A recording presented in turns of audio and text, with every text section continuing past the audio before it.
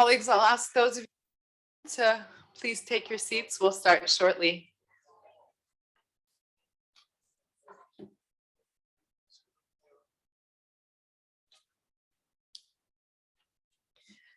Great. Well, a very warm welcome, both here in the room and online. I'm Rebecca Joven. I'm the chief of the Vienna Office for the UN Office for Disarmament Affairs. We're really delighted to have this special event in our Vienna Conversation Series today, with participation both here at Vienna International Center and lots of colleagues and friends tuning in online from across the world. So I'm particularly delighted that this Vienna Conversation Series event is being hosted in partnership with the Republic of Ireland and with the United Nations Information Service here in Vienna. So we're really happy that we have a chance to use today for what has become a series of discussions around different topical issues facing disarmament, arms control, non-proliferation. And today is no exception as we look at the issue of humanitarian disarmament and look at the crucial role that humanitarian perspectives and principles have played historically and continue to play, and the importance that the UN Secretary General attaches to these issues, that our office, the Office for Disarmament Affairs, attaches to these issues, and the importance of these dimensions as we look at a new agenda for peace, a new vision for disarmament. So I'm really looking forward to a rich discussion today. And I'm really delighted also that we're doing this during the week of our joint OSCE-UNODA Scholarship for Peace and Security. This is a joint initiative of our office and of the OSCE that is now in its 5th year. And we have in the room 44 wonderful, powerful, dynamic, inspiring women from across the region. We've already had a couple of days of really rich discussions and really thrilled that they can be here with us today. But it's also my pleasure to welcome and introduce our moderator and our great panel. First and foremost, our moderator and MC for today, Melissa Fleming, UN Undersecretary General for Global Communications. Many of you here in the Vienna community know her well. I'm sure many of you participating online know her well too. She almost needs no introduction, but I'll do it anyway and say a few words. Before taking her current position in 2019, Melissa Fleming served at the UN High Commission for Human Rights as head for global communications and spokesperson for the High Commissioner. And she was also a spokesperson and head of media and outreach at the IAEA. And prior to that, she headed the press and public information team at the OSCE. So very much experienced in all the different organizations that are part of this event today as well. She's a frequent interview guest on international media platforms, and her talks are featured on TED.com. She's the author of a book, A Hope More Powerful Than the Sea, and a host of award-winning podcast series, Awake at Night. I'm sure many of you have followed that series. So we're really delighted to have you here, Undersecretary General. And also our speakers, we have 2 of them in the room and 2 online. So I'll say a couple of words of introduction for them before I give the floor to USG Fleming. So first, I'd like to start again with our partners in this undertaking, the Republic of Ireland. We have with us His Excellency Ambassador Owen O'Leary. Welcome, Ambassador. Many of you know Ambassador O'Leary has been permanent representative of Ireland to the United Nations in Vienna for some time, and he's served in various capacities. Before that, he's been Ambassador of Ireland in the People's Republic of China, Ambassador to the Russian Federation, Kazakhstan, Kyrgyzstan, Tajikistan, Turkmenistan, Uzbekistan. He's been quite a few places. And he was also advisor to the Undersecretary for Multilateral Affairs and Human Rights in the Ministry of Foreign Affairs and Director General for a United Nations organization in the ministry. He was also Ireland's chair of the OSCE in 2012, and he chaired the Permanent Council of the organization. So welcome once again, Ambassador. Delighted to have you here. And we have joining remotely 2 colleagues, 2 wonderful colleagues, Dr. Irina Georgiou. She's a legal advisor, Arms Control and Conduct of Hostilities Unit at the International Committee of the Red Cross. And Dr. Georgiou is a legal advisor in that unit, where she works, among other issues, on explosive weapons in populated areas and nuclear weapons issues. And I'm sure we'll have a chance to discuss all of those today. And Irini has several years of experience in multilateral disarmament and arms control, diplomacy, and negotiations, also outside of the ICRC. And she's a licensed lawyer and holds a PhD in international law from University of Geneva. So welcome, Irini. Lovely to see you on screen. And also with us remotely is Per Lothammer, Iraq Chief of Mine Action for the UN Mine Action Service. Per has long been leading actually this program for 6 years now. He holds a Bachelor in Military Arts and a Master's degree in International Cooperation and Humanitarian Aid. He's a key advocate and supporter for the Iraqi mine action sector, and he is often involved in coordination at the highest levels with the Iraqi government and UN family. And Per has more than 33 years of military and humanitarian mine action experience and has worked in various roles in 14 countries, so not just in Iraq. These include the Democratic Republic of the Congo, Eritrea, Lebanon, Jordan, USA, and Kosovo. So great to have you with us as well, Per. And we hope to, right now I think we can't see you, but we know you're there, and we will see you momentarily on the screen. And last but not least, one of our own OSCE-UNODA Scholars for Peace and Security, and also one of UNODA's leaders for tomorrow, Wanda Proskova, who's the Vice Chair of Prague Vision Institute for Sustainable Security, and also the co-convener of Youth Fusion. She's a fresh graduate of international law, and as I mentioned, she's one of only 25 of UNODA's leaders for tomorrow. This is our global initiative under our Youth for Disarmament campaign for engaging, educating, and empowering young leaders. And of course, one of our 44 scholars here in the room today. She is a sustainable security advocate serving as vice chair, as I mentioned, of the Prague Institute and co-convener of Youth Fusion. She's assisted with multiple platforms and programs, including the PNND Gender, Peace and Security Program. And she's worked mostly in that capacity in the nuclear disarmament field. And she's also currently working at Humanitarian Action. She wears many hats, as you can see, where she helps to promote the incredible voices of democracy, justice, and human rights advocates in different countries. So welcome to Wanda as well. So with that, once again, really delighted to have you all here. And I will hand over to Melissa to take us forward. Thanks so much.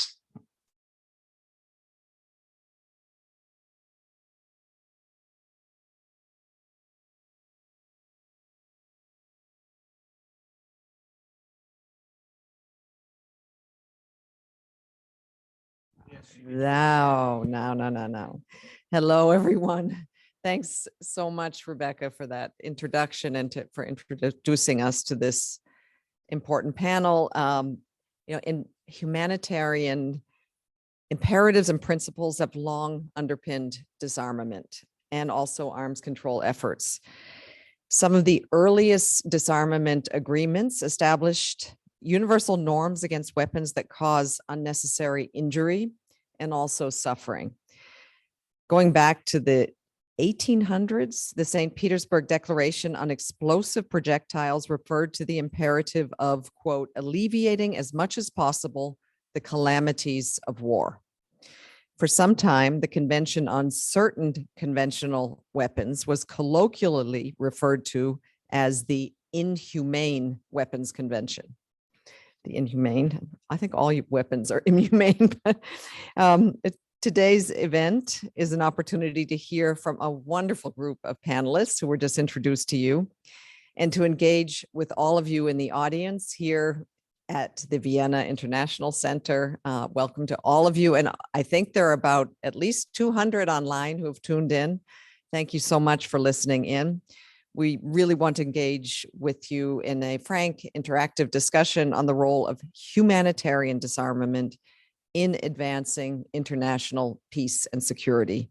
And we'll have a chance to talk about evolving frameworks, practical measures, and also partnerships to address and mitigate humanitarian consequences of the use of weapons of all types. The United Nations Secretary General, in his report to the General Assembly last year, which was called Our Common Agenda, among many other things, but very importantly, called for urgent solutions to international peace and security that integrate human, national, and collective security as mutually reinforcing elements. His proposed new agenda for peace, and within this, his new vision for disarmament, will require bold thinking and fresh ideas. And maybe we can come up with some of them here. I trust our conversation today can also bring inspiration and new perspectives for such a future vision, and very much look forward to this exchange. And particularly, I want to acknowledge the presence of the 44 young women recipients of the 2022 OSCE-UNODA Scholarship for Peace and Security. All of you are in the room today, and you're representatives of a new generation of leaders in this field. Maybe you can all stand up, the 44 of you who are. Great. Congratulations. Yes, you're one. You're one. Congratulations. And with that, let's get started. And I would like to turn to our first panelist today, His Excellency, the Ambassador of Ireland, Mr. Owen O'Leary, permanent representative of Ireland to the United Nations in Vienna. Over to you. Thank you very much, Melissa. And I have a specific question though. You want to be prompted, or do you want to go right into it? Because I am told to ask you that we talked about humanitarian imperatives and the need to protect civilians, and this having long been the drivers of disarmament and armed control efforts. And just to point out, because you might not say this, that Ireland has been a steadfast supporter of humanitarian imperatives and the need to protect civilians as drivers of disarmament and armed control efforts. And your government will, on the 18th of November, welcome states to a high-level conference in Dublin to endorse the political declaration on strengthening the protection of civilians from humanitarian consequences arising from the use of explosive weapons in populated areas. So from your perspective, what advances have we witnessed in strengthening norms and frameworks for humanitarian disarmament, and what are the obstacles that remain? Thank you very much, Ms. Indeed, I'll come to that question at the end. I have, before that, I might make, you can all hear me. We can hear you, and you have our permission. Remarks.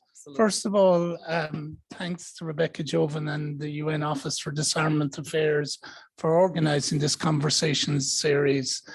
At this time of increased tension in the world, we need to talk more, not less. So these sort of meetings, this sort of scholarship program that we're witnessing, the 44 graduates today, these are ever more important in making sure that we're having a conversation in the right space. And I'm delighted that Ambassador Alessandra Cortese, who chaired the General Conference of the IAEA in September, is here with us. And I think, Ambassador, you can testify to the fact that the conversation is a very difficult one at this time. And I'd also like to welcome my Swedish colleague, Annika Markovic, for coming today. Ireland has, as you say, a strong humanitarian disarmament tradition, which forms a core part of our national identity and foreign policy. Indeed, promoting disarmament is one of our signature foreign policies. This afternoon, I'd like to focus on recent work in the two areas of particular humanitarian significance. The one you mentioned, which is explosive weapons in populated areas, and the other is nuclear disarmament. More than 30 years after the Third World War, after the Cold War, hopefully we never get to the Third World War, there are still an estimated 13,100 nuclear weapons. I think I'll repeat that actually, because 13,100 nuclear weapons on the planet. Because most of us think it's a handful, but when you put that figure down there, owned by 9 states in the world, and this figure is likely to grow as the arsenal increases and modernization programs and the growing availability of nuclear technology expands around the world. And indeed, within the IAEA, we're fighting to stop proliferation, both under the JCPOA, but also slow the proliferation in the DPRK, for instance. Meanwhile, our understanding of the devastating humanitarian impact and development consequences associated with nuclear weapons has become much more sophisticated, with a growing evidence base of the short and long-term harm caused to human life and health, the environment, biodiversity, climate change, amongst many fields. A nuclear weapons detonation can not only cause massive immediate death and destruction, but in the aftermath, large-scale displacement and long-term damage to human health, the environment, infrastructure, and socioeconomic retrogression are among its catastrophic consequences. The impacts of nuclear weapons use are far beyond our capacity to respond, and so the only viable option is multilateral nuclear disarmament. Moreover, in today's heightened security environment, the threat of the use of nuclear weapons, whether by intent, accident, or miscalculation, is the highest we have witnessed since the end of the Cold War. Russia's illegal, unprovoked, and unjustified war in Ukraine, together with all its nuclear rhetoric and military actions that compromise nuclear safety and security, threaten to undermine the global nuclear disarmament and non-proliferation regime and provoke devastating humanitarian consequences. We have at the moment, for instance, 4 staff of the International Atomic Energy Agency in a nuclear plant in the middle of a war zone, which would have been unthinkable a few years ago. It's a frightening thought that in the middle of a war zone, with shells landing left, right, and center, we have one of the largest nuclear plants in the world. Achieving a world free from the threat of nuclear weapons has been a long-standing priority for Ireland. The Treaty on the Non-Proliferation of Nuclear Weapons, NPT as we call it, has its origins in a series of Irish resolutions first put forward at the United Nations in 1958. Back then, Ireland's Minister for External Affairs, Frank Aiken, addressed the fears of many across the globe about the existential threat posed by the existence of nuclear weapons. The same commitment to multilateralism that drove Ireland in the 50s and 60s informed the Irish approach to the historic Treaty on the Prohibition of Nuclear Weapons negotiations in 2017. And we have with us here the Mexican ambassador. Mexico has just taken over as chair of the TPNW members of state parties. The next meeting, I think, is to be in New York, Louis, so we look forward to that. In 2017, Ireland played a leading role in the process that led to the adoption of the TPNW. Following fruitful negotiations defined by broad and diverse engagement of civil society and other stakeholders, the TPNW was adopted in 2017, ratified by Ireland in 2020, and entered into force in January 2022. And we had our first meeting in Vienna this year of the Conference of State Parties. Building on the strong foundations laid by the Humanitarian Initiative, which drew increasing focus on the humanitarian impact and the risks associated with nuclear weapons, the TPNW has achieved a historic first in the global disarmament agenda. It is the first legally binding international agreement to comprehensively prohibit nuclear weapons, with the goal of their total elimination. At the landmark first meeting we had in Vienna this year, state parties adopted the Vienna Declaration and Action Plan, outlining clear steps for the implementation of its humanitarian obligations, including on victim assistance and environmental remediation. And we stress, all of us supporting the TPNW, this is not intended to undermine or replace the NPT infrastructure. It's intended to complement it, because the NPT itself in Article 6 has an aim of eliminating nuclear weapons, and we need to start taking this seriously. Or do we have to wait till that number is 26,000 or 39,000? So the aim is to work with the entire global community, including nuclear weapons holders, with a view to eliminating nuclear weapons over time. Applying gender responsive approaches to disarmament, as with all other facets of our foreign policy, is a key priority for Ireland. Most recently, at the UN General Assembly's first committee, Ireland delivered a state on behalf of nearly 80 member states from across all regions on the impact of strengthening and integrating a gender perspective across disarmament processes. The TPNW's recognition of the disproportionate effects of ionizing radiation on women and girls is a clear example of best practices in this regard. It is highly encouraging that discussions on humanitarian consequences are becoming more prominent and positive. We saw this at the 10th Non-Proliferation Treaty Review Conference, with a large number of states from all regions calling for a strong reference to the issue. Unfortunately, we didn't agree a final document at the conference, but much of the language will act as a fund, as I say in German, Fundgrube that we can draw on in years to come. It is vital that the issue of humanitarian consequences avoids polarization and remains evidence-based, allowing all states to have a shared understanding of these consequences. As we build this understanding, it is vital that states, including those who rely on nuclear weapons in their security doctrines, integrate these considerations into their national policies. Nuclear risk reduction, while urgent and important, can never be a substitute for disarmament, and our risk reduction discussions must be firmly situated in the humanitarian consequences framework. Risk, after all, is not just a question of likelihood, but also needs to take account of the magnitude of the consequences. And here the scale of consequences is devastatingly clear. If a conventionally explosive goes off by accident, it is a tragedy. If a nuclear explosive was to go off by accident, it would be an absolute catastrophe.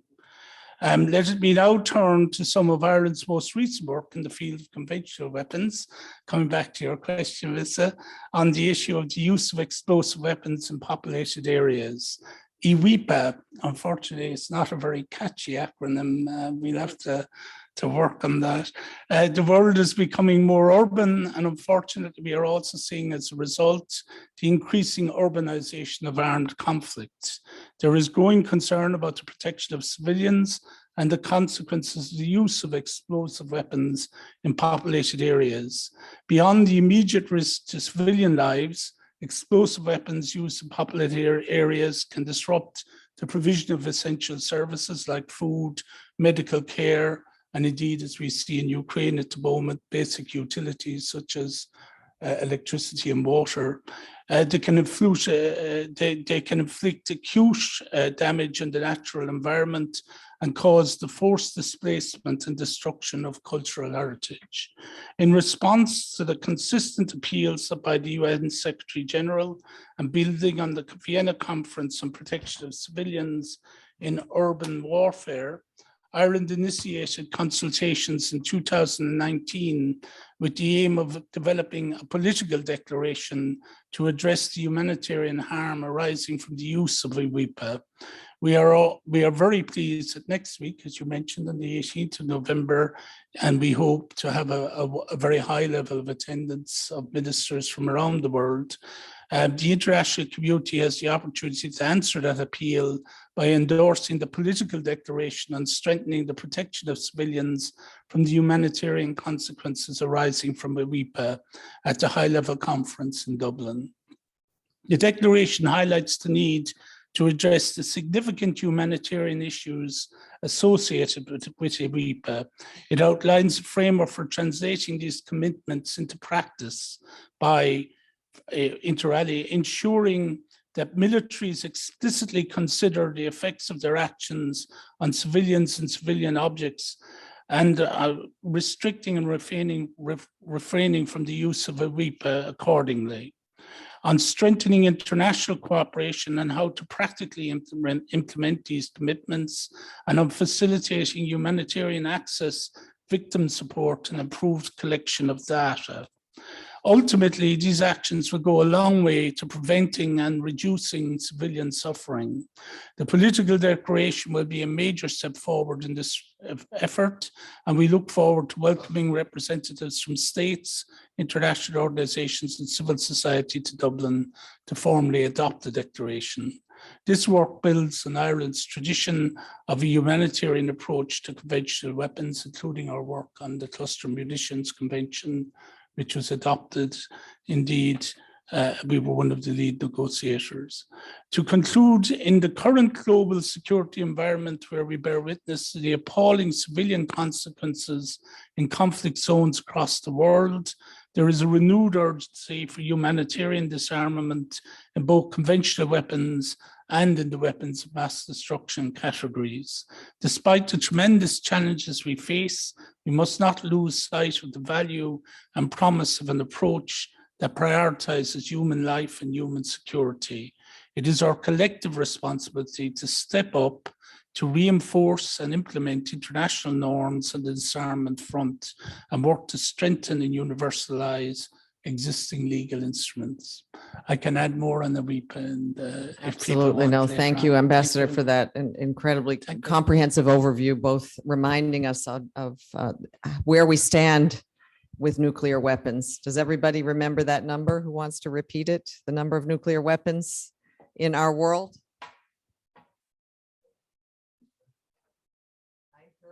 I heard too many. I heard 13,000, but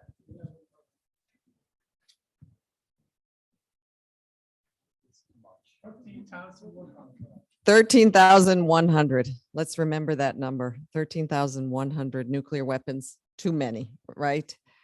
And also thank you for introducing the concept of conventional weapons in populated areas. That is something that I think the world has woken up to in the context of the Ukraine war, very much so, and all the efforts that that your country is making. We'll watch what happens in Dublin. And thank you, Ambassador. I'd like to turn next to Dr. Irini Georgiou, legal advisor in the Arms and Conduct of Hostilities Unit at the ICRC. I'd like to hear how she introduces herself when she meets new people. Yes, so this is, of course, in and of itself, a leading voice for humanitarian principles, the ICRC, and as well approaches to disarmament. Dr. Georgiou joins us from Geneva today. Good to see you. And just my question to you is, as means and methods of warfare have evolved over time, what consequences do you see for upholding international humanitarian law, number one? And number two, how can the international community leverage and strengthen multilateral frameworks and tools as they relate both to weapons of mass destruction as well as conventional weapons? Thank you very much. I'm delighted to be with you, even if only virtually. So hi to everyone from Geneva. Thank you very much, first of all, for inviting the ICRC to take part in this important conversation. And thank you for your questions, both very good and very important ones. So maybe to start by saying that, to put things a bit into perspective, the purpose of international humanitarian law is, of course, to put limits to violence in armed conflict and to protect those affected by armed conflict. And so in order to achieve its purpose, the law must apply in a meaningful manner to contemporary situations it aims to regulate. In other words, it must be fit for purpose. And so international humanitarian law, or IHL, as we refer to it in shorthand, must evolve in parallel with how warfare itself evolves. This means it must evolve and keep track with advances in technology that have military applications. Think of artificial intelligence, think of human enhancement, machine learning, and so on. It has to also evolve in parallel with the development of new means and methods of warfare, new weapons and tactics. Think of autonomous weapon systems, for instance. But also in other cases, we have centuries-old tactics of warfare, like sieges, or as Ambassador O'Leary mentioned earlier, heavy explosive weapons that continue to be used, but the environment has changed as the world becomes more and more urbanized. So the suffering of civilians multiplies. So in this case, we have the same old weapons, but a different environment, and still the law must regulate this changed reality on the battlefield. So how to achieve this? Sometimes this may require that the law develops. Either the interpretation of the rules is clarified or expanded to apply to these new situations, or even new law is created when there's a gap. And in any case, the objective is to either prevent the civilian harm that is caused by these new weapons and tactics, so like preemptive legal regulation, or at least to respond in a timely manner. And this is by no means an easy process, and the evolution of warfare poses a number of challenges to international humanitarian law. First, it's not always straightforward to determine whether we do need new law or we need better respect for existing law. This is the first challenge. Another challenge refers more to substance. For instance, autonomous weapons. They challenge the very fundamentals of law and ethics, including accountability, human decision-making. So IHL as it exists today is insufficient to address the problems these autonomous weapon systems pose, and this is why the ICRC in many states have called for new law in this respect.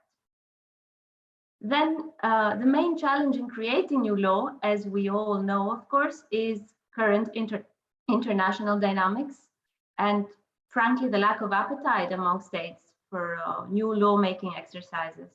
And the rule or practice, depending, of consensus further complicates matters, as many of us unfortunately have seen time and again, those of us working on multilateral diplomacy at least. There's also often disagreement among states on how the law is to be interpreted and applied. I spoke earlier about old weapons and new realities. So in some cases, what it means and what it takes to respect the law today is different to what it meant and it took to respect the law, for example, half a century ago. Explosive weapons in populated areas. Urbanization has made their use in compliance with IHL more and more difficult, although the weapons themselves are not new, or nuclear weapons that Ambassador O'Leary also spoke about. These are also old weapons, but today we know a lot more about their horrific consequences than we did know in 1945. And so today we can with absolute certainty that it's extremely difficult that nuclear weapons could ever be used in compliance with international humanitarian law.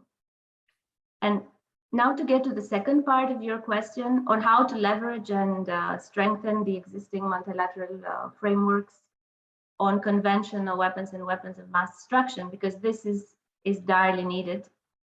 Let me just make a few brief points, although there's a lot to say about this. In the course of the last century, I would say, we have seen a massive change in how disarmament and international humanitarian law develops. States retain, of course, a crucial role, but they are no longer the sole actors that bring change. We've seen the rise of civil society. We've seen also a strong role by international organizations in treaty making and law interpretation. The International Committee of the Red Cross has also a special role in this respect. We have a mandate to work for the progressive development and clarification and strengthening of international humanitarian law. We've also seen the proliferation of soft law instruments like political declarations, manuals, guidelines. These are not legally binding, but they can play a very important role in influencing the behavior of parties fighting in an armed conflict and can significantly strengthen the protection of civilians. And a very good example of this is the political declaration on explosive weapons in populated areas that was negotiated under the leadership of Ireland. And sometimes this kind of soft law approach is the most appropriate way to move forward. Other times, treaty making is the most appropriate way.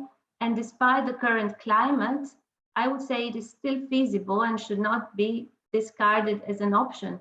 And the entry into force of the Treaty on the Prohibition of Nuclear Weapons proves how possible it is, even in the most difficult circumstances, to conclude a new treaty.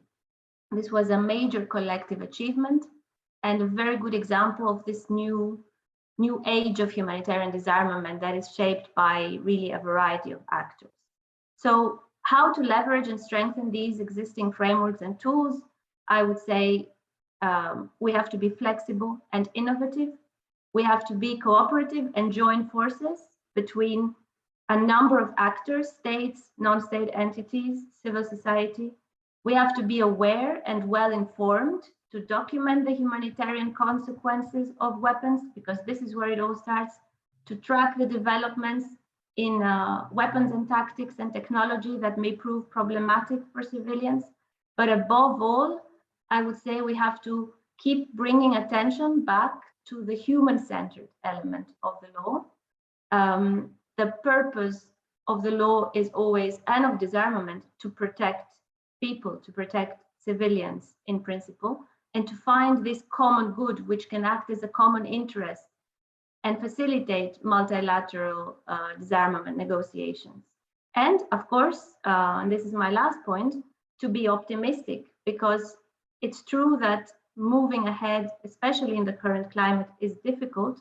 There is never an ideal moment for international humanitarian law development, but I think somehow it always finds its way. Thank you.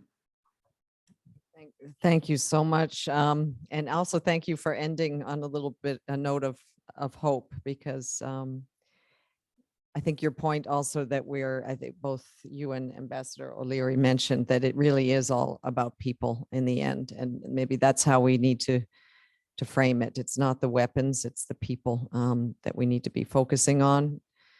Same old weapons, we know how destructive they are in new places, in more urban environments, and how does international law work? Hopefully we can develop it. Thank you for sharing your insights and experience. The ICRC, of course, is an instrumental voice and actor in strengthening the protection of victims and also survivors of armed conflict and violence. And so hopefully we can come back to this dimension in our discussion. And I'll use this as a good segue to turn to our next speaker, the UN Mine Action Service Program Chief in Iraq, Per Lodhammer. I know this issue is close to your heart. And may I ask you, when it comes to operationalizing humanitarian disarmament approaches, what have been the main challenges you've witnessed in the Iraqi context and in humanitarian mine action more generally? What models for partnership and inclusive participation have you found to be the most successful in improving impact and achieving more sustainable results? And maybe if you could just give us a sense of what context you're working in Iraq. What is the situation? If we're bringing it back to humans and the humans who are having to navigate all of these mines that are endangering their lives day in and day out. Thank you.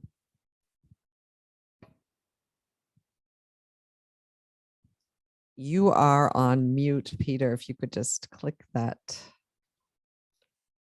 Try again. Can you try again? Okay, can you hear me now? Yes, we can hear you now. Thank you. Okay, excellent. So I will start again then. So thank you very much for this, Melissa, and thank you also for this opportunity to join and speak today.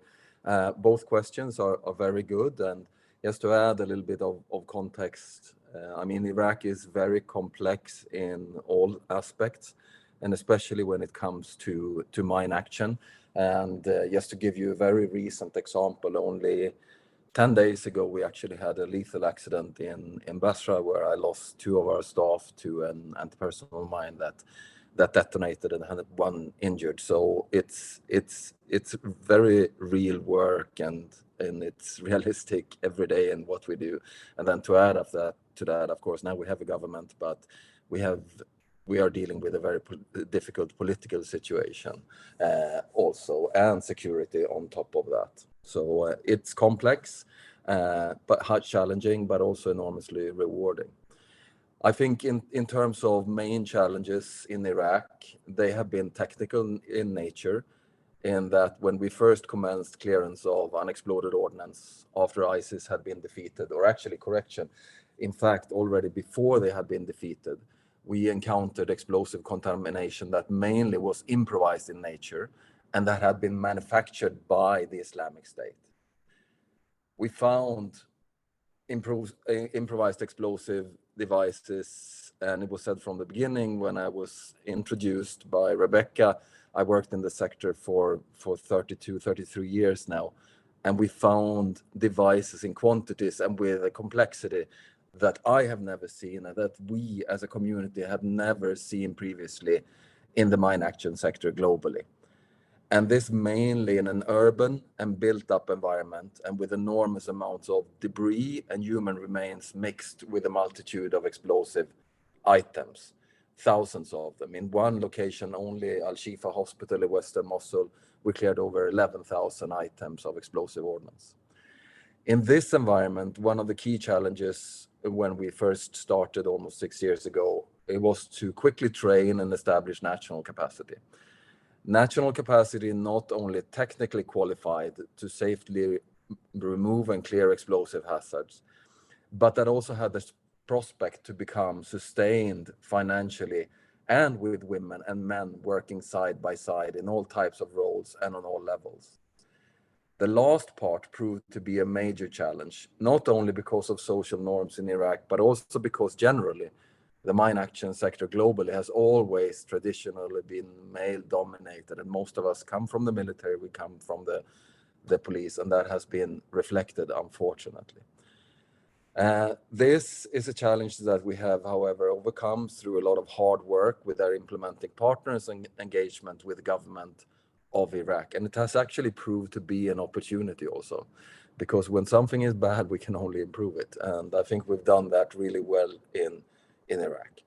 For the sector, the mine action sector as a whole, a key challenge, I believe, is to maintain the momentum and donor interest to ensure that mine action programs remain sufficiently funded, and preferably with multi-year funding so that capacity, such as the one I'm about to describe in a minute, can be trained and also retained. Another challenge is to encourage and ensure that affected states themselves, as soon as they can, financially contribute through transparent state budget allocations for national operational capacity. In response to the second part, I will briefly elaborate on the model we have opted to use in Iraq, the partnership model as we've labeled it. This model has been designed to create and build national capacity that will, in the long term, be localized, autonomous, and fully self-sustained. To achieve this, we have over the last 2 years provided international NGOs with grants under which they have to partner with Iraqi national NGOs and build the capacity of the national NGO for a period of 3 years. We're now going into the 3rd year with this model.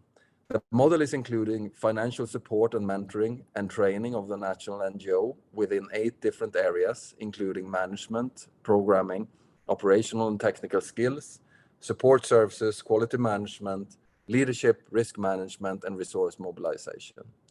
And with this model, we aim to have 2 fully independent national NGOs operating by mid-2023. Important has also been to include gender mainstreaming as a common theme in all activities. And until now, we have 34 national female staff fulfilling 26 operational roles, removing explosive devices, and 8 women working in support functions with these operating teams. This is something that would have been almost impossible only 6 years ago. In 2022, we undertook a study to take a closer look at the gender mainstreaming work that we have undertaken and achieved in one of the governorates that is the most affected by explosive contamination, Nineveh, in the north of Iraq. It turned out that through our work, we have slowly begun to change the attitudes regarding women's participation in the technical mine action roles. We still have a long way to go despite challenges, but despite these challenges, we have taken leaps over the last few years. And I will finish with a recent example to exemplify this. I also want to mention here that, just to put it in perspective, I was in Iraq the first time 22 years ago, working in the mine action sector. And back then, it was impossible to have women in any technical roles whatsoever. So the figure of 34 female staff working with operating teams, it might sound low, but to put it in perspective, it really is an achievement. Now to my recent example, just to exemplify the changes that we've seen. In early July this year, while en route to the work site in Nineveh, an explosive device detonated nearby a minibus used by a female search team working in an area called Talkif, north of Mosul. The bus was carrying 5 women and 3 men. Fortunately for those in the minibus, the device detonated just under and behind the vehicle, leading to less damage and injuries than had it detonated directly under the vehicle. Despite this, all passengers of the bus required some medical attention and treatment. The injured were treated in the hospital and were released on the same day, but some of them with injuries that would take a couple of months to heal. Following this incident, my fear was that the female staff would not be allowed to come back to work again. And as I expected, families and relatives raised concerns, and they did not want these women to return to work again. However, these women argued that their work was now more important than ever. And now, almost 4 months later, they have all been back working for 3 months and are more motivated than ever. As I said before, in this regard, we have made leaps. While seeing an increased number of qualified women competing for operational roles in Iraq is a crucial milestone, going into year 3 of the partnership model, UNMAS is also expanding the focus to further develop existing female capacity and to have further participation, and not only in operational roles, but also, and very important, in managerial roles. And I will stop here. And again, thank you very, very much.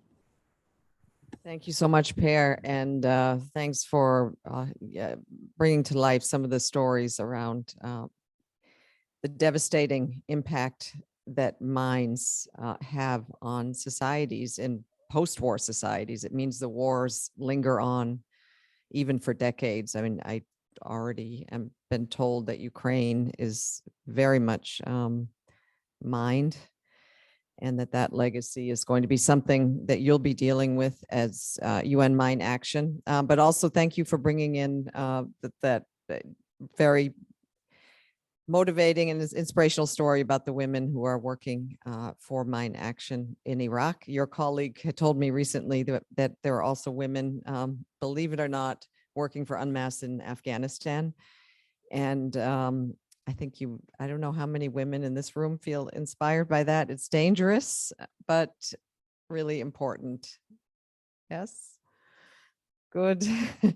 But this is obviously, we need women at the peace table. We need women clearing mines. We need women in management in these areas. So thank you. And I think inclusion and diversity and humanitarian disarmament, these are issues also very dear to our next speaker, Ms. Wanda Proskova, who is currently with, as introduced, Prague Vision Institute and wearing many hats, including UNODA Leader for Tomorrow, as we just heard. So I'm going to ask you, civil society, women's, and increasingly youth organizations are at the forefront of advocating for international efforts to restrict or restrain the use of weapons as a result of their humanitarian impact. So what role do you see for young people and non-governmental organizations in shaping policy for humanitarian disarmament and also for peace and security? Thank you. Thank you for that question. I mean, what a question. And thank you to UNODA for including youth and women and the civil society in this very timely conversation. It's such an honor to be here. I think my answer is pretty simple. Youth and women are simply drivers of change. But to elaborate on that a little, I think recently the coronavirus pandemic has really undeniably demonstrated how the key issues of human security simply cannot be resolved successfully through military means or by nations alone, but rather require strong global cooperation and nonviolent conflict resolution. And this is something that women and youth have been advocating for long before any pandemic. And it's especially lovely to be saying this in the beautiful city of Vienna, one of the main homes of Berta von Suttner, the first woman laureate of the Nobel Peace Prize, but also, fun fact, the inspiration behind the award itself, but also a key person behind the Permanent Court of Arbitration, which is sort of a predecessor of the ICJ, and also the person thanks to whom we now have the Peace Palace in The Hague, where both courts sit. So Berta, even though she was walking the streets of Vienna over, say, 120 years ago, to this day, she continues to remind me that how big of an impact women and youth in the civil society can have on humanitarian disarmament, peace, and security. Berta was a woman of many hats, from a novelist to peacemaker, and really she continues to remind all of us that the role of youth and NGOs in general is really the flexibility and the creativity we can allow ourselves. And I think that's what makes a civil society action so powerful. You know, we don't need a mandate to organize a film screening or an award. We're not owned by huge lobbying corporations as some politicians could be. And in Exhibit A, I think it was in 2009, all 40 Republican senators and one independent senators in the US Senate, they announced to President Obama that they would support New START agreement with Russia, that they wouldn't support it unless it was accompanied by an increase in nuclear weapon spending. So essentially they would say yes to lowering nuclear weapons, but only if we spend more on them. And just looking at the faces in the room, the math is not mathing, I know. But yesterday in the training, we touched upon the issue of money on multiple occasions. So I thought it'd be a good place to bring this up as well. Specifically from the perspective of nuclear divestment, or divestment in general, but nuclear divestment is sort of my background. And it's a very good example of how civil society can have a direct impact on policymaking, on humanitarian disarmament. And it's just fun to talk about the numbers. So divestment, as the word suggests, is basically the opposite of investment. It is a pretty effective practice, which by excluding investments in specific companies or organizations, institutions, one can put a pressure on an industry not fulfilling specific ethical, legal, or any other criteria. The tactic became prominent in the 1980s, introduced to put pressure on the South African government, which, by the way, got rid of its nukes. But more recently, after the 2015 Paris climate talks, a new divestment strategy led around, I think, 500 institutions commit to divest from fossil fuel companies. And I mean, that is a real tangible change. So when we talk about nuclear divestment, every year, annually, we spend 100 billion USD on nuclear weapons alone. And to put that into perspective, I think the annual UN budget is about 6 billion. So it's really nothing in comparison to what is being spent on nukes. And just for a second, imagine what could be achieved in your communities if we spend just one second of the nuclear weapon spending on something we truly need. Recently with the pandemic, hospitals, schools, I don't know, wind turbines, whatever, to help us get and achieve the sustainable development goals faster. So the good news is, and this is where the civil society comes in, is that anyone can put a pressure on this industry through nuclear divestment. So for example, put a pressure on their bank to start acting ethically and stop investing into these nuclear weapon profiting corporations. If that's something that interests you, Don't Bank on the Bomb does fantastic research on how what banks do well and what don't. But we can also write letters to our universities or churches with investment portfolios, or put pressure on whole cities and governments that have, for example, pension funds. Here, Move the Nuclear Weapons Money campaign can help you with that. And it's pretty amazing because it works. Good examples of cities are, for example, Hanover in Germany, or Cambridge in Massachusetts in the States.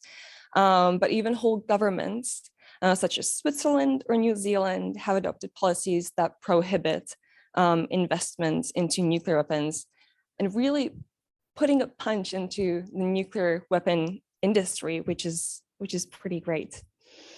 I think, to go back to the question, youth and NGOs are also incredibly good at thinking outside of the box and bringing attention to the matter, and often, giving governments the push they need. I mean, we've seen this with the TPNW, for example, recently. And they're also being very creative with it, which is why I enjoy to be part of the civil society. For example, we've got with Youth Fusion an upcoming project titled Nuclear Fear, which is telling true stories about the 8 decades of nuclear madness through an animated film, but also an interactive platform in multiple languages, and really focusing on the real impact the nuclear chain has had on humans around the world. So it is an incredible, society is just an incredible powerhouse. So to conclude where we started, just looking at the time, I know we should go to the dialogue part of this event, but really young people and civil societies truly are the driving change. Without their efforts, energy, advocacy, activism, this world would simply be stuck, I think. So thank you for bringing the youth, the women, the civil society into this conversation. I'm very honored to be here. Thank you so much, Vanda. Nuclear divestment, I think that's something that we can all get behind. And it's really interesting to hear those examples of what is happening. I think we've heard similar examples around fossil fuel, but not very well known around in the nuclear space. So thank you for injecting that, those examples, and also a role model. Can you say her name again because I don't know if everybody caught it. Okay, y'all. Berta von Suttner, the absolute role model. She's published her novel, Lay Down Your Arms. The first Nobel, she was the... She's on the €2 Austrian coin. Okay, Berta von Suttner. Yeah. The love Lay interest down your of arms. Alfred Nobel. Okay, the love interest of Alfred Nobel. Okay, we even have good. You're full of fun facts. So thank you, and that helps.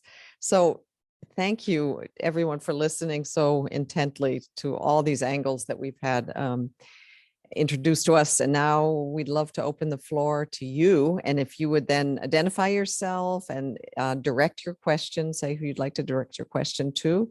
We have roving mics, so just raise your hand high and you will receive them. We're also accepting questions from online, and Rebecca will then let us know what those are. But who wants to ask a question? Make a comment. This is not possible. Yes, I knew it.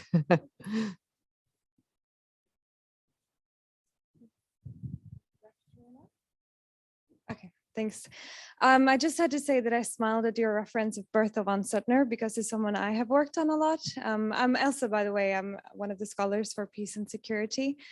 And there's a great book called The Women Behind the Nobel Peace Prize. It's an author that I worked with a lot. She's a Norwegian author, but it's available also in English. So if you want to know a bit more what she's talking about, that's a great book to read. So I don't know if I really had a question. I just jumped at the opportunity to say that. What she did, allegedly, according to 2 letters that had been analyzed, is she inspired Alfred Nobel, who was the inventor of dynamite, and he had a very realist perspective on the world. So if one country is armed, others must also be to deter each other. And she really believed in peace congresses as a counter to that. So I think, is there any way to sort of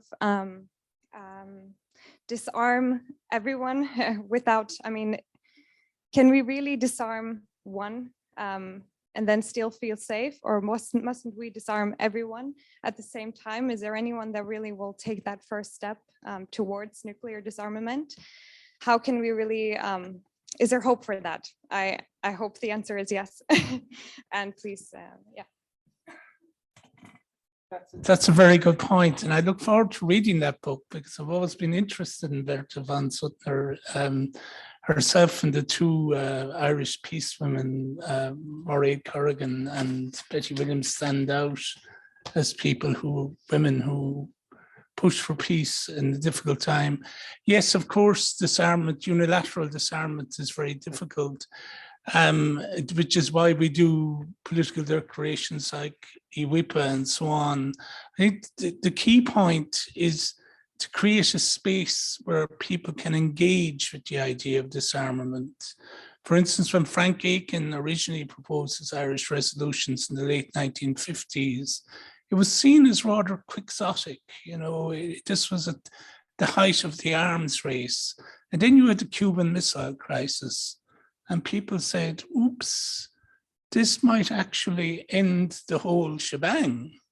My parents, for instance, I was 3.5 in October 1962, and I have a memory of my parents talking about staying up all night during the Cuban Missile Crisis, waiting for the American president, to tell us whether there would be a war tomorrow.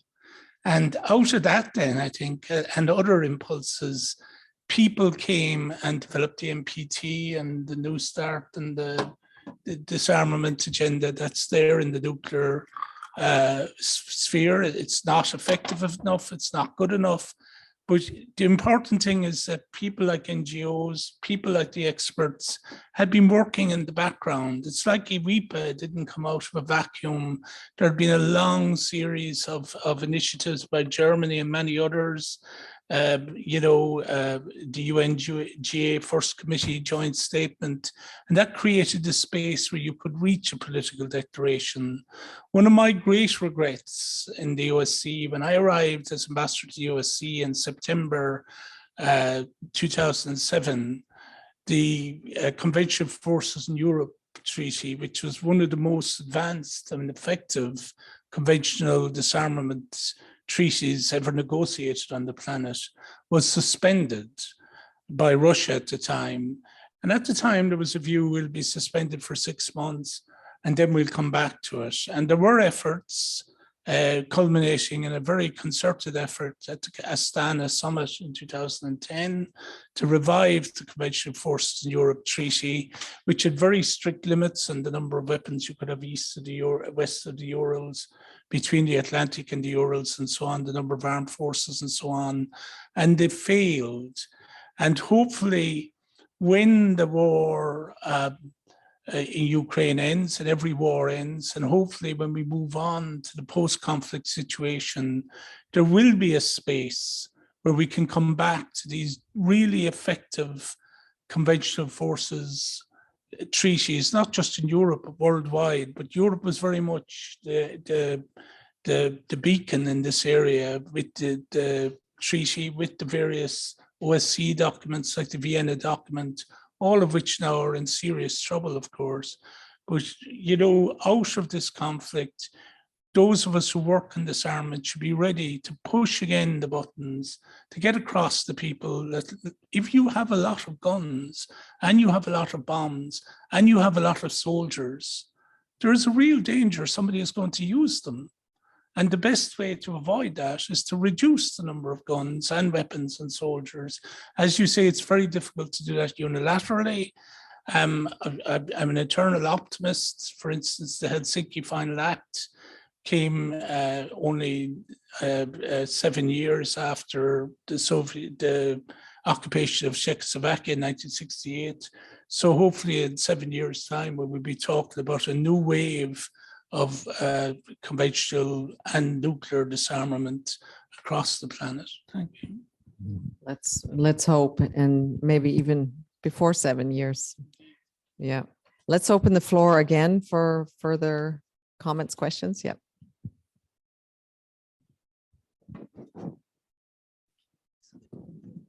Hi, I'm Agnesa. I'm from Italy and Albania, and I'm a scholar of OSCE and UNODA. I have a question for the expert on demining, but also anyone else who I think might jump in. I was wondering whether technological advancement could help make demining more safe and secure, or whether that's not available, perhaps because of slow technological advancement on that side, or whether the new weapons are way too technologically advanced that we cannot catch up, or is the human side on finding, I don't know how the practice works, but whether demining needs to be this unsafe for humans, or can it be overcome with technology? Thanks.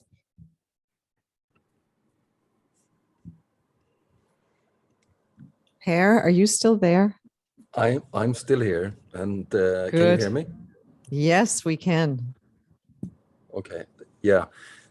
So I think, first of all, with each new conflict, we see a new threat. To some degree, at least, that the threat is changing. And in the case of Iraq, we saw that conflict had completely almost moved into urban environment. It was mainly improvised, and still is, improvised explosive devices, and in combination with a lot of other challenges. When it comes to the technology that we're using, it is really very much the same that we use in 1945, 1946, with handheld metal detectors that have developed. They're more comfortable now, they're more sensitive in that they're picking up smaller metal amounts and to a greater depth. Mechanical equipment has developed, but it's still not very different from what we used then. We're using animal detection systems with rats, dogs, and other types of other animals. But other than that, it hasn't changed that much. The biggest change lately, I would say, is that we have ground penetrating radars that are combined with metal detectors. That's probably one of the biggest advancements over the last 10 years.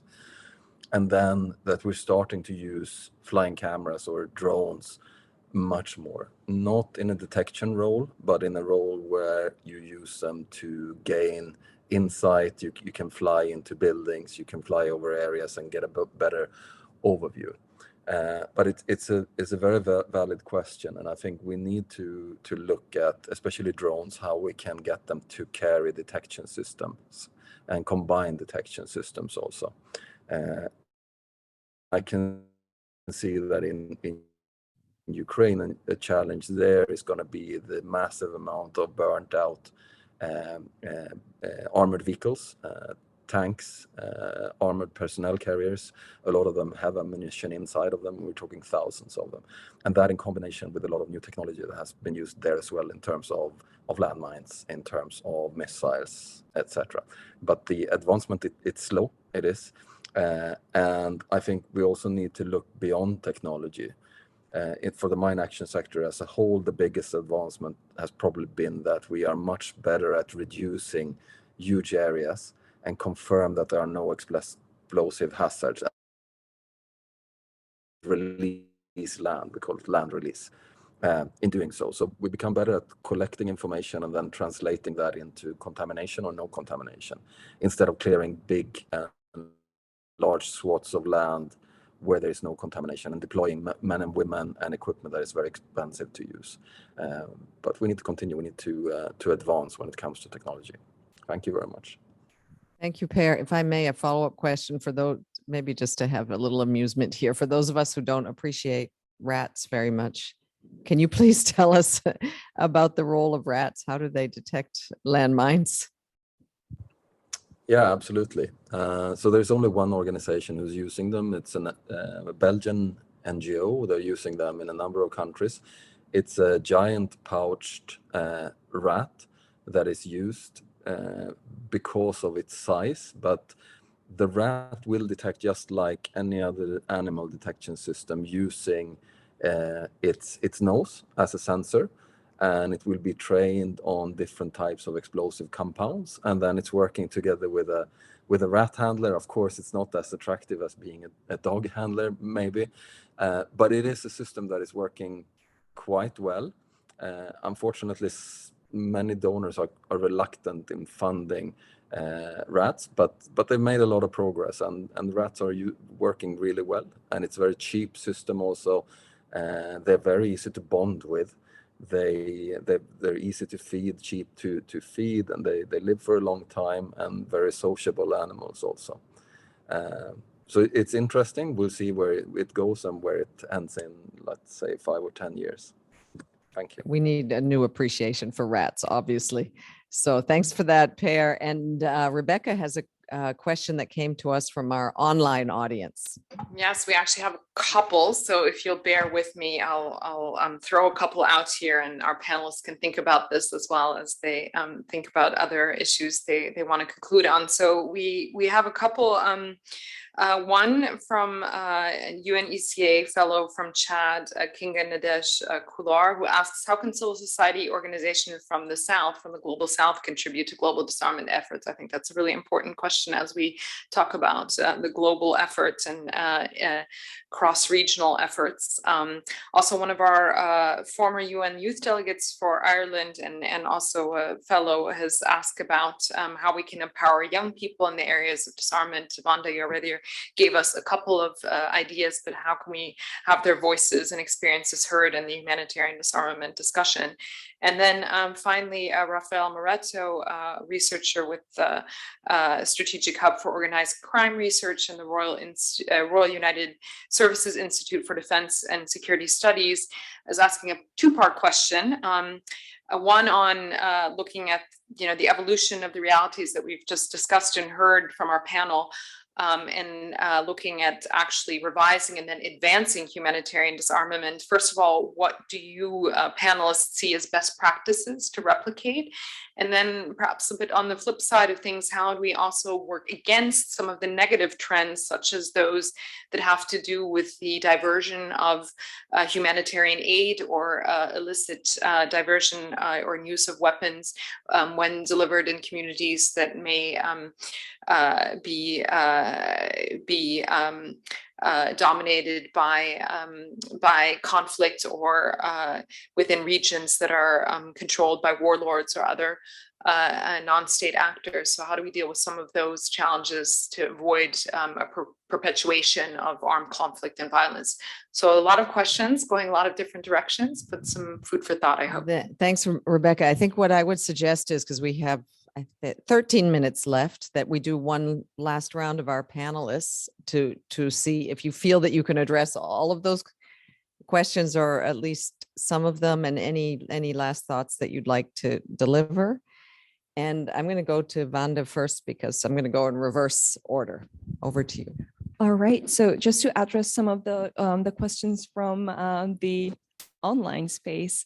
Well, just going to wrap up at Youth Fusion, but we're a global network for not just youth, but also the not so young, but also organizations. And we also work with people from the global South. So youth-fusion.org/join.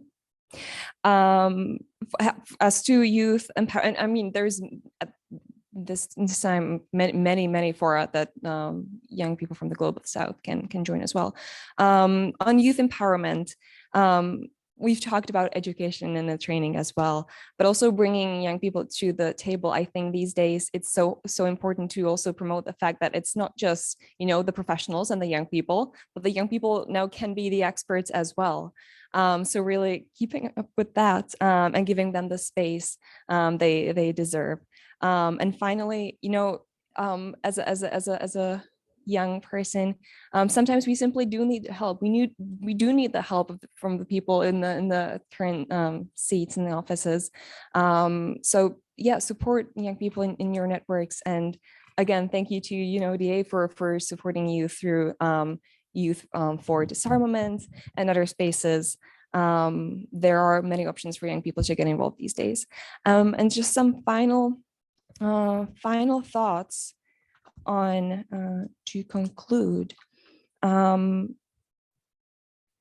Accessible disarmament education, I think, would be a good final thoughts to conclude on. We can learn from New Zealand, and we can learn from the Marshall Islands. It works. We just really need to push for it. I would also like to highlight linking not just nuclear disarmament, but disarmament in general to the climate change. Maybe it's saving this for a different conversation, but linking the two and bringing more attention to nuclear disarmaments and highlighting it that way. You know, the famous quote that war fuels climate change and climate change fuels war. So a lot of that, and then just thinking outside of the box. So thank you for doing precisely that, for creating these new ways to involve the youth, women, civil society, and thank you for having me. Well, thank you, Vanda. And I think your point about not just including youth and women as a kind of consultative mechanism, but really we need your expertise. And I think we got a lot of expertise from you. Any tips you can give our colleague from the Global South on how to get involved? But with what we saw with the youth climate movement, we have many Gretas in the Global South who are amazing activists. And then you're linking climate activism with disarmament. I think it's very interesting. It is about protecting our planet, and it's all about protecting our humanity. So yeah, there are huge links, and we feel, I think, as adults and those who've been in this space for many years, that we need energy, we need a movement, and we need involvement of everybody. So thank you for what you do. I think I'm going in reverse order, as my memory is correct. It's Per. Per is next. Do you have anything you'd like to add from those three online questions, or just one final thought, Per? Yeah, absolutely. So just on the last question that was posed very, very quickly. So Iraq, we, as a country, they are a state party to the Anti-Personnel Mine Ban Convention with a deadline of 2028. They will not, in my view, be able to achieve this because there's multi-layer contamination in Iraq, from the Iran-Iraq war along the whole border, the two Gulf wars, and then internal conflict, and now lately the conflict with the Islamic State. So that will not be possible to achieve, unfortunately. And ultimately, it is a governmental responsibility. It is a responsibility of the government of Iraq, and we are there to make sure that the government of Iraq can achieve the deadlines that they have subscribed to. And then the last question about women in mine action and mine clearance. I think there are only opportunities, to be honest, but the biggest challenge is probably that many of the men have the training and the skill set from the army and from having done this in the past. So bringing them up to senior technical level is probably one of the key challenges. Thank you. Thank you very much, Per, and thank you very much for participating from Iraq and for all the important work you do in keeping the population safe there. So let's move to ICRC again. Dr. Irini Giorgio, would you like to respond to anything you heard or any final thoughts? Sure, thanks a lot.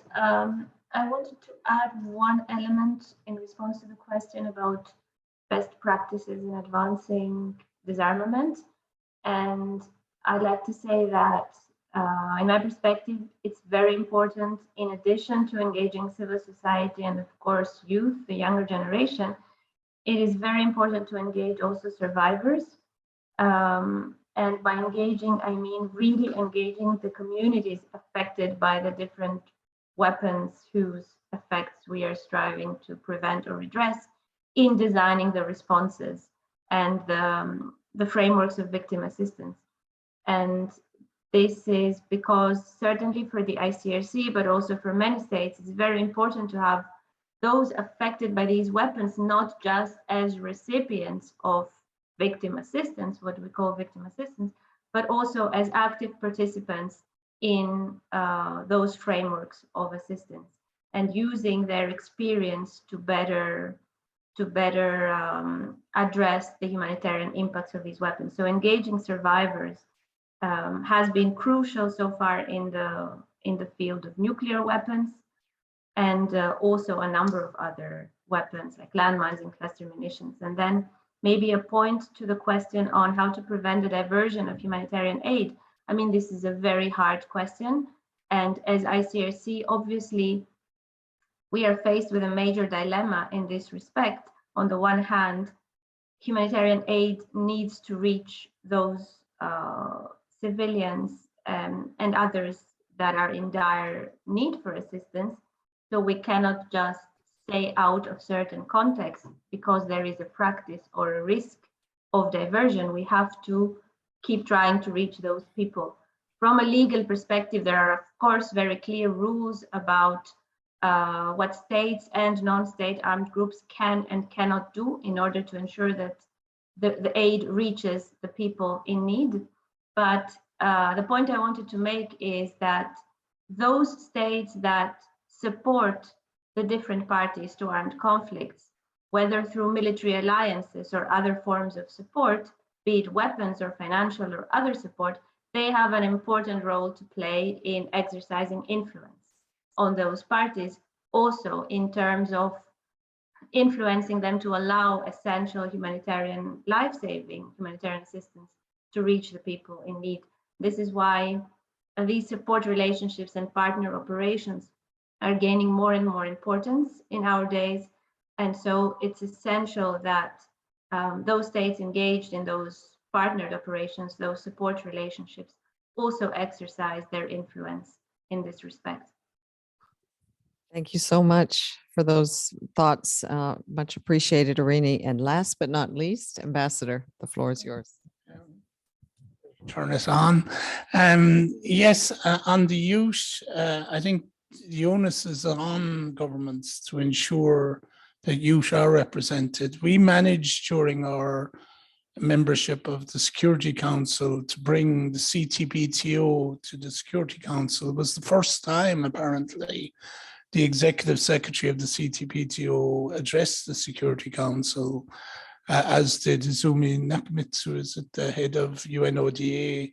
But we also had a representative of youth for the CTBTO, a young woman from Kenya whose name I don't now remember. So it gave a very good perspective. And I think we just need to build that into our thinking.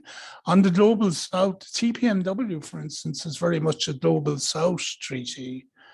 It's interesting, practically Ireland and Malta, I think, are the only two, and Austria are the only 3 European states that ratified it. So we shouldn't assume that the Global South is a treaty taker in that sense. A lot of the innovation, for instance, in nuclear-free zones in South America and so on, would be in the less developed part of the world at that time. You know, they've actually pushed ahead of global trends. I think where the developing world really has to answer is that it hasn't controlled the sale of weapons into the Global South, because when you see the pictures from conflict zones around the developing world, it's mainly developed world weapons that the soldiers and various armed groups are using, and we need to do a lot more. We've done the Arms Trade Treaty and so on, but we need to do a lot more in that regard to control sale of both conventional, mainly conventional weapons indeed, to the developing world. Thank you. Thank you so much, panelists, ambassador, colleagues in the room and online. Thank you for listening and taking part in this incredibly rich and thought-provoking discussion today. And for me, it's been really also educational and inspiring to be your moderator. So I hope we can continue this kind of exchange, and let's all work together toward a vision for disarmament that puts people and our common humanity at the center, my appreciation to UNODA, the Republic of Ireland, and also UNIS Vienna, as well as to our distinguished panel. Thank you so much and all the best.